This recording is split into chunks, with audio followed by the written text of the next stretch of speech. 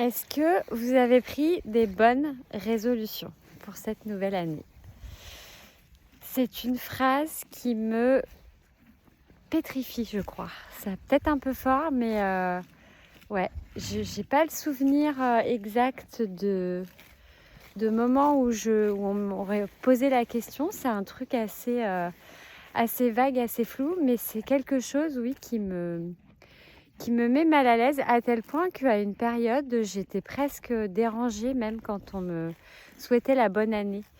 Quand il fallait, voilà, à chaque personne croisée au mois de janvier, il fallait souhaiter les bons vœux.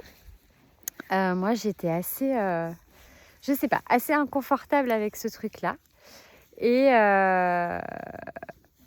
à la limite, la question des vœux me paraît plus souple. Voilà, ce que j'entends dans bonne résolution, c'est encore un truc assez rigide, où on n'a pas été assez bon l'année précédente et où il va falloir voilà, se remettre dans le droit chemin à l'occasion de cette nouvelle année qui démarre et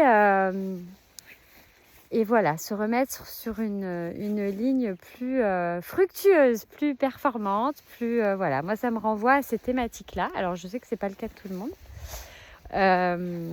Voilà, que les gens aiment bien faire le bilan de l'année qui vient de s'écouler, que les gens aiment bien se projeter, se fixer des objectifs pour la nouvelle année. C'est un moment fort pour ça chez nous. Dans notre société. Mais tiens, il y a quelqu'un qui vient raisonner avec ce que je raconte. Est-ce que tu as pris des bonnes résolutions, toi?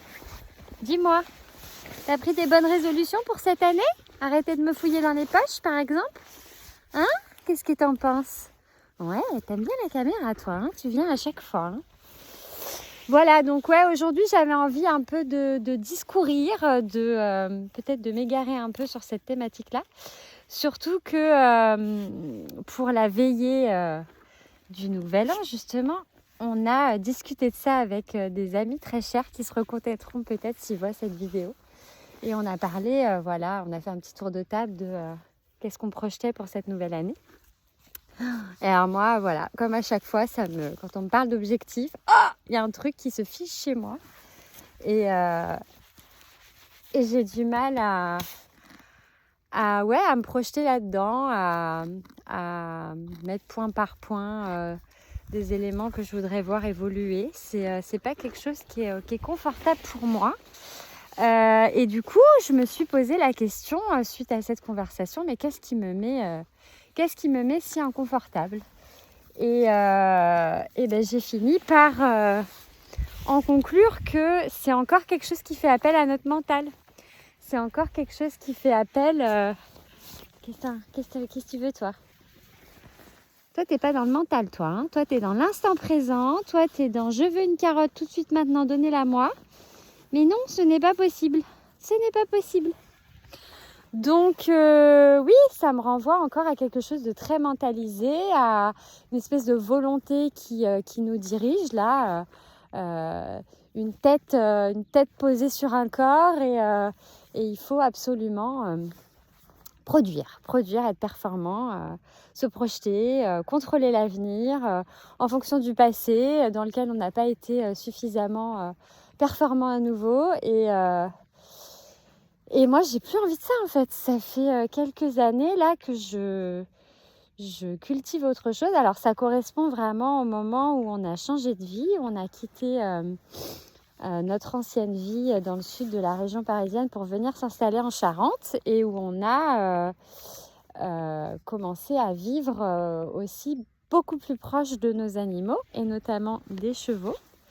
On est arrivé ici avec Balouk qui a la couverture noire là-bas et Oasis qu'on connaissait pas très bien, qui arrivait d'un centre équestre et qu'on a pris pour sa retraite avec nous.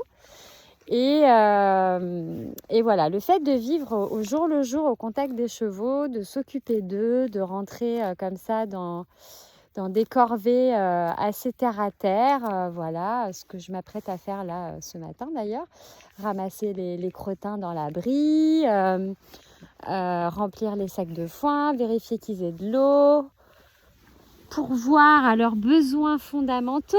Les câlins aussi, c'est important, hein. Bah oui, les câlins. Les câlins aussi, beaucoup besoin de câlins, ce petit bébé-là. Tu me fais perdre le fil, Wistiti. Du coup, je me suis reliée à cette époque-là. J'ai commencé à me relier, ça avait commencé un petit peu avant, hein. C'est pas pour rien qu'on a un peu changé de vie comme ça. Mais à me relier à quelque chose de plus intuitif, de même, je dirais, plus instinctif. Le fait de vivre au contact des chevaux comme ça me relie à quelque chose de plus terrien, de plus, j'allais dire, de plus incarné. Et finalement, la question des bonnes résolutions, vlam, elle me ramène à un truc hyper mental. Et c'est pas quelque chose avec lequel moi je suis très à l'aise. En revanche, dans un tout autre contexte, pas du tout dans le contexte d'une nouvelle année, mais dans le contexte d'une retraite de yoga que j'ai faite en 2020, juste avant le confinement Covid, j'ai été amenée à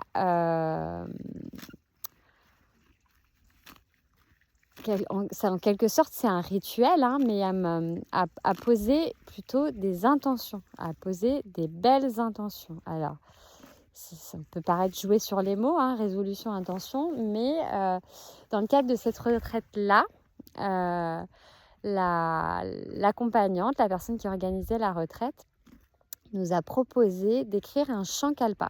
Un Sankalpa, c'est quelque chose qui appartient à la culture yogique.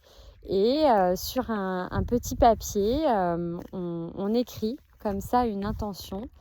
Et cette intention, elle est en lien, bien évidemment, avec toute la philosophie yogique. C'est-à-dire que ce n'est pas quelque chose qu'on écrit à partir de notre tête, c'est quelque chose qu'on écrit à partir de notre cœur, de notre ressenti.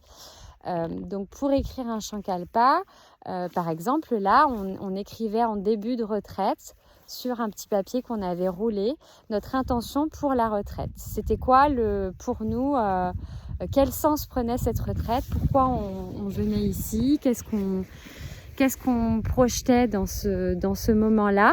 Donc ça peut ressembler à ce que je discutais tout à l'heure à propos de prendre des bonnes résolutions et de se projeter dans un futur. Mais étant donné que c'était une retraite de yoga, on était dans une dimension un petit peu plus subtile, on va dire. Et donc, ce rituel nous a été proposé à la suite d'un temps de retour sur soi, de méditation. Et à partir de là, qu'est-ce qui émerge en fait? Qu'est-ce qui, quand je me mets dans cet état de reliance à mon être intérieur, qu'est-ce qui émerge quand je me projette dans ce que j'ai envie pour moi en fait, ce qui émane de mon être profond, de mon authenticité et pas de ma tête bien faite qui doit répondre à des standards, qui doit répondre à une société qui me demande d'être comme ci ou comme ça. C'est voilà, la nuance elle est quand même assez forte et voilà, j'avais envie de vous proposer ça aujourd'hui, de réfléchir à cette question de l'intention plutôt que de la bonne résolution, de réfléchir à cette question peut-être de mettre en place un petit rituel, allons-y. Je n'avais pas prévu de vous proposer ça, mais finalement, c'est intéressant. Peut-être qu'on peut prendre un instant de retour sur soi, un moment où on se pose, où on s'assoit, où on est un petit peu, si on le peut, dégagé de ce qu'on a justement à faire et à produire, qu'on peut se relier à son être et se demander finalement très simplement, sans forcément faire un bilan, sans forcément poser des objectifs. Mais voilà, dans ce nouvel élan là au tout début de l'hiver, là où on rentre dans cette période, ce cycle vraiment où... Enfin là, je ne sais pas si ça transparaît dans la vidéo, mais voilà un petit peu le paysage que j'ai autour de moi. Tout est en sommeil. Il y a même un espèce de silence autour de nous, quelque chose qui est très propice, effectivement au retour sur soi. C'est vraiment une période de l'année où il est intéressant de se poser la question de qu'est-ce qu'on a envie finalement de voir fleurir au printemps. Voilà, moi c'est ça que j'aurais envie de me poser comme question finalement, plutôt que de prendre des bonnes résolutions, de me poser la question de ce que j'ai envie pour le printemps. Alors là, vous avez Balou qui gentiment éjecte les copains d'un petit coup de sabot délicat. Qu'est-ce que tu viens nous raconter, toi? Penses quoi des bonnes résolutions, Balouk? Et des belles intentions, hein? Qu'est-ce que tu nous racontes aujourd'hui? Qu'est-ce qui vient résonner? Voilà, là, je vous fais découvrir un petit peu quand je me pose des questions, quand je réfléchis sur des thématiques. J'aime bien venir auprès des chevaux parce que, voilà, simplement les regarder brouter comme ça, manger de l'herbe. Je trouve que c'est un moment, là, voilà, moi, je sens mes pieds, je sens quelque chose qui me relie fort à la terre. Il y a tout de suite un état de conscience qui vient... très subtilement, hein. Je ne suis pas dans un grand état méditatif, mais il y a quelque chose là qui vient s'ancrer. Et c'est cet état-là qui permet de se relier à notre cœur et qui, je pense, peut être intéressant pour se poser la question des intentions qu'on a envie de nourrir pour la nouvelle année. Voilà. Donc peut-être la proposition, ça serait de... Peut-être vous n'avez pas un poney dans votre jardin, mais je pense que la nature, elle est partout autour de nous. Et peut-être que, voilà, encore dans ce mouvement de l'intelligence sensible et naturelle, prendre un moment pour sortir seul peut-être, prendre un temps pour soi, en nature, trouver quelque chose qui permet d'apaiser, qui permet de se relier à la terre. Moi, j'aime beaucoup cette question de la reliance à la terre et voilà, c'est vraiment quelque chose que les chevaux m'apportent là quand je regarde les pieds de Balouk et que je me relie à son énergie. Voilà, il y a vraiment quelque chose qui permet de redescendre en soi en se connectant à la terre. Et depuis cet endroit-là, eh bien, peut-être qu'on peut tout doucement laisser émerger la question des intentions qu'on a envie de poser pour la nouvelle année, pour ce nouveau cycle qui démarre. Et là, moi, ce qui me vient, c'est quelque chose qui m'habite pas mal en ce moment. Et c'est intéressant que ce soit Balouk qui soit venu à ce moment-là parce que voilà, je suis très animée par la question de la compassion, du non-jugement envers l'autre, envers soi-même aussi. Alors je me prétends pas au-dessus du lot, hein. C'est pas facile de ne pas entrer dans le jugement, c'est pas facile de ne pas entrer dans le jugement envers soi, c'est pas facile de ne pas entrer dans le jugement envers l'autre. Mais voilà, s'il y a quelque chose peut-être qui me vient là dans cet instant de retour à moi-même, c'est ça. Ce serait quelque chose autour de voilà, d'un état de compassion envers moi-même et envers l'autre. Voilà, petit partage du jour, 13 minutes 45. Alors, qu'est-ce que je vais faire de cette vidéo? Parce que des vidéos de 13 minutes 45 sur Instagram pour mon calendrier de l'après, je ne sais pas si ça va être très opérant. Donc, je vais réfléchir. Peut-être que je vais poser ça sur YouTube plutôt. Et puis en mettre des petits extraits sur Instagram. Je vais réfléchir. Alors là, moi, je suis en mode, pour ce calendrier de l'après là que je vous propose, je suis vraiment en mode expérimental. Je n'ai pas préparé grand-chose. Voilà, j'ai justement envie de me relier